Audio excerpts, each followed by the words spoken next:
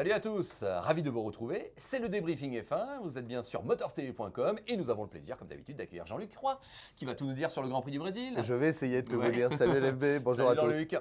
Avec une semaine chargée, mine de rien, parce que le Grand Prix du Brésil à peine terminé, on va forcément déjà aussi se projeter là, sur on cette peut dire que grande tout finale est condensé là. à Abu Dhabi. Bon, on vous rappelle évidemment que Sébastien Vettel a gagné devant Mark Webber et Fernando Alonso. Derrière Hamilton Button, donc les 5 prétendants pour le titre aux 5 premières places. Normal, la bande des 5 qui domine, outrageusement, ils l'ont encore démontré là au Brésil, dans des conditions un petit peu particulières. Voilà, mais il y a quand même des choses à dire et vous avez, comme d'habitude, posé beaucoup de questions sur le forum de motorstv.com. Je salue, comme d'habitude, les nouveaux.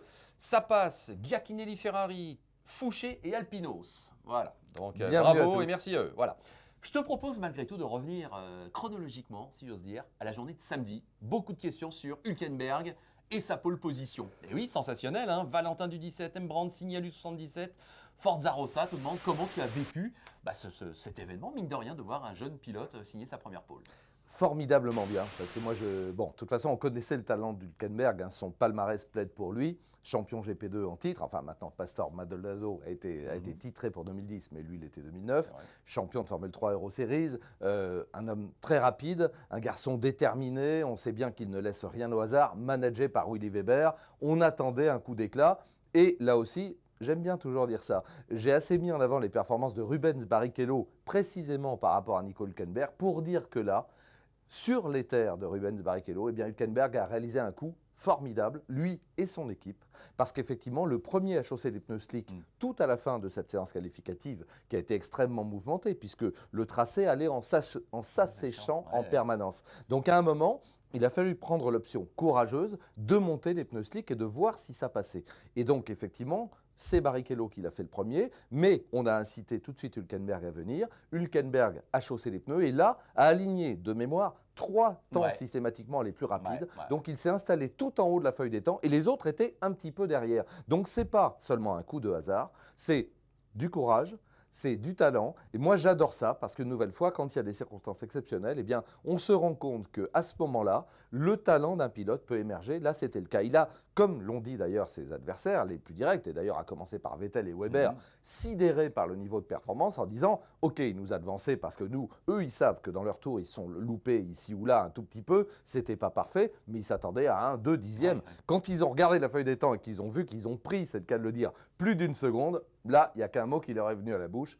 Chapeau, Hülkenberg, donc c'est génial. Là, je crois qu'il a fait un parcours formidable. Alors, je pense que tu vas après me poser une question sur la course. Et voilà, donc, je n'anticipe pas. Voilà. Si, mais Sergeant Pepper, GG, Alonso Sorel numéro 1, te pose des questions sur la course. Alors, il y a 2 niveaux de questions. 1, le résultat brut, 8e. Est-ce que tu n'es pas un peu déçu toi-même? Et 2, son début de course, beaucoup se sont étonnés qu'il ne laisse pas passer Alonso. Et moi, j'avoue que ça m'étonne que vous soyez étonné. Alors, vas-y, dis-nous tout.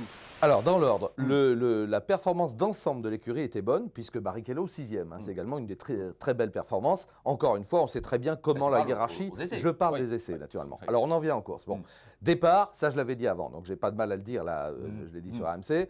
Vettel va tout faire pour le devancer au premier freinage. Il a réussi. Objectif atteint. Vettel, il a dû pousser un sacré ouf de soulagement dans les S de Sédan en voyant derrière la Williams se rabattre en se disant « Bon, ça c'est fait ». Maintenant, il a attaqué autant qu'il a pu. Weber est parvenu à trouver l'ouverture dans le premier tour. Donc il perd, et d'ailleurs c'est assez amusant si on veut le souligner comme ça, il perd environ 2 secondes 3 à 2 secondes 5 dans ce premier tour. C'est l'écart que l'on retrouve à l'arrivée. Donc finalement, est-ce que ça ne s'est pas joué là, si on veut décrypter? Et après, effectivement, Hülkenberg, il fait le boulot, il maintient sa position, et c'est normal, il est en bagarre, il a l'opportunité de briller devant le monde de la Formule 1, il est 3e, et oui, il retient Alonso. Alors, je ne vois pas comment vous pouvez... Imaginez que le poleman va laisser passer tout le monde dès le début de course. Alors là aussi, je comprends parfaitement qu'on puisse avoir là aussi des attitudes et des opinions. Non seulement je le comprends bien, mais Patrick Tambay, en direct sur AMC, pareil, lui était outré. Ah bon? Ah oui. Et disait, Patrick, il devrait le laisser passer, c'est scandaleux, etc. Ah oui, vous avez compris que moi, je ne pense pas ça. Moi, je ne suis pas de cet avis non plus, mais encore une fois, on respecte toutes les opinions. Évidemment, surtout celle de Patrick. Mais moi, je trouve que c'est normal. Il n'a pas outrageusement défendu sa position. Il s'est battu avec un matériel inférieur. C'était à Alonso de trouver l'opportunité de dépasser, comme l'avaient fait Vettel et Weber, et il l'a fait d'une manière remarquable. Alors bien sûr, il perd lui aussi 8 à 9 secondes dans l'opération. Bien sûr que c'est dommage. Mais on a vu après, lors du restart, on va certainement y venir après le safety car, qu'il n'était pas du niveau de performance et que de toute manière, les hommes de chez Red Bull étaient bien les plus rapides sur la piste ce jour-là. Donc, non. Alors, déçu, 8e. Oui, parce que peut-être aurait-il pu à un moment ou à un autre devancer les 2 Mercedes de Rosberg et Schumacher, donc terminer 6e. Mieux, c'était impossible. Voilà. Ouais, voilà. Alonso, on va en parler dans la deuxième partie. 2 parties aujourd'hui de ce débriefing F1, parce qu'évidemment, la tension du lourd, et les perspectives du week-end prochain le méritent. Alors, Alonso est donc en tête du championnat du monde avant Abu Dhabi avec 8 points d'avance sur Weber, 15 sur Vettel, 24 sur Hamilton. Bon, les 4 mathématiquement sont encore titres. Toujours dans le coup. Si on a tendance à ce qui est remarquable, hein, oui. C'est rarement, voire jamais arrivé dans le championnat du monde avant le dernier Grand Prix d'avoir 4 pilotes en jeu pour le titre. Voilà. Bon.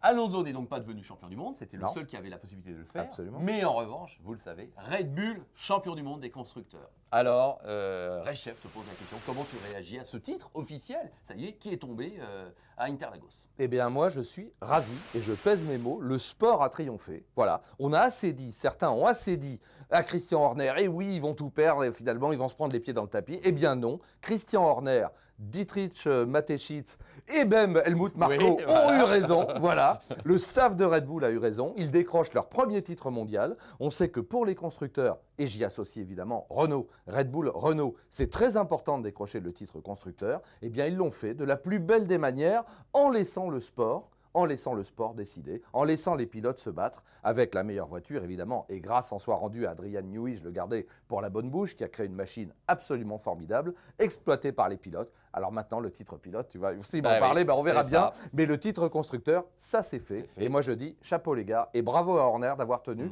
jusqu'au bout. Ça c'est fait. Bon, malgré tout, quelle sera la stratégie à Abu Dhabi?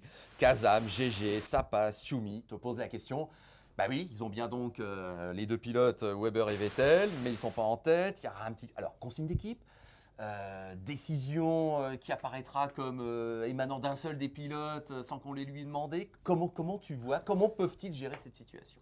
Alors, là aussi, on ne va pas remettre en cause ce qu'on a entendu au Grand Prix du Brésil. À un moment, on demande à Weber de mettre en position 10, donc on ne sait pas ce que ça veut dire. Apparemment, son moteur commence peut-être à chauffer ou a un petit souci de consommation, peut-être plus vraisemblablement, parce qu'il est vraiment à l'attaque depuis le début, sans arrêt. Donc effectivement, il fait cette petite modification. Ça ne l'empêche pas de rester au contact naturellement de Vettel. Alors, je ne peux pas y voir, pour les raisons que je viens d'évoquer, une quelconque consigne. Mais bien le fait que parfois, et avec le dépassement des pilotes attardés, comme on passe de boule de feu à boule de feu, peut-être, avec l'air un petit peu raréfié et la température élevée, peut-être qu'on est limite en conso, ou au contraire, on lui a demandé d'enrichir peut-être un peu son mélange pour préserver son moteur. Bon, on sait que d'ailleurs, on est à la limite des moteurs. Alors maintenant, on en revient.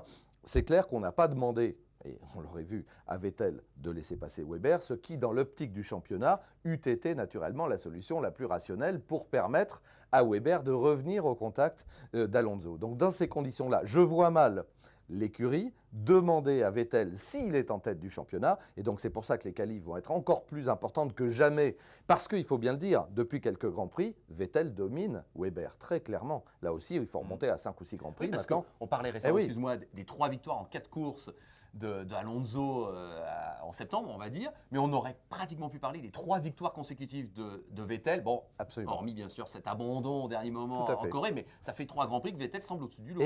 Et ça aussi, on peut en parler. C'est clair que sans la rupture mécanique, eh bien là, où serait Vettel? Il aurait 25 points de plus et Alonso, naturellement, en aurait 7 de moins. Donc on voit très bien, on ne va pas refaire le championnat maintenant. On le refera tout après, mais on ne le refait pas maintenant. Donc je veux simplement dire qu'on va laisser les choses se dérouler. À mon avis, la bataille entre Vettel et Weber et Alonso, il ne faut pas l'écarter, et Hamilton peut-être, parce qu'ils sont 4, va être terrible au moment des qualifs. Et qu'on aura une petite idée déjà de ce qui risque de se passer en course. Alors c'est clair que si on se retrouve dans la position identique à celle que nous avons vécue au Brésil, premier Vettel, deuxième Weber, troisième Alonso, le calcul est simple, Alonso est champion du monde. On est bien d'accord. Donc à ce moment-là, est-ce que Vettel de lui-même se dira, et moi c'est une piste que je lève, moi à la place de Vettel, je me dis, bon c'est un succès de plus, j'en ai 9 au compteur, je pourrais en avoir 10, et ce serait mon 5e de mémoire aussi de la saison. Mais je peux laisser passer Weber, c'est-à-dire quelque part lui offrir le titre. C'est moi qui décide de lui offrir le titre. Et donc, nous avons le titre constructeur et pilote. Et on se retrouvera l'an prochain avec probablement les 2 meilleures monoplaces au championnat. Avec un sentiment de revanche. Exactement. Et dans ce cas-là, Weber ayant eu son titre, moi, je lève le lièvre. Ce ne D'accord. sont pas des consignes d'usine. On ne peut pas empêcher un pilote de laisser passer quelqu'un d'autre. Bah, on a vu, on va peut-être en parler aussi, on a vu Schumacher laisser passer Rosberg On va en parler. parce que Rosberg était mieux équipé en pneumatique. Donc, on peut très bien dans une... Et heureusement, enfin, l'an d'un chien, on n'est quand même pas dans un monde, surtout pas la Formule 1, dans un monde totalement réglementé du début à la fin. Donc, moi, je lève cette piste-là. Maintenant, c'est clair qu'on peut perdre le titre pilote chez Red Bull si jamais on obtient un résultat à l'identique. Le simple calcul mathématique le démontre.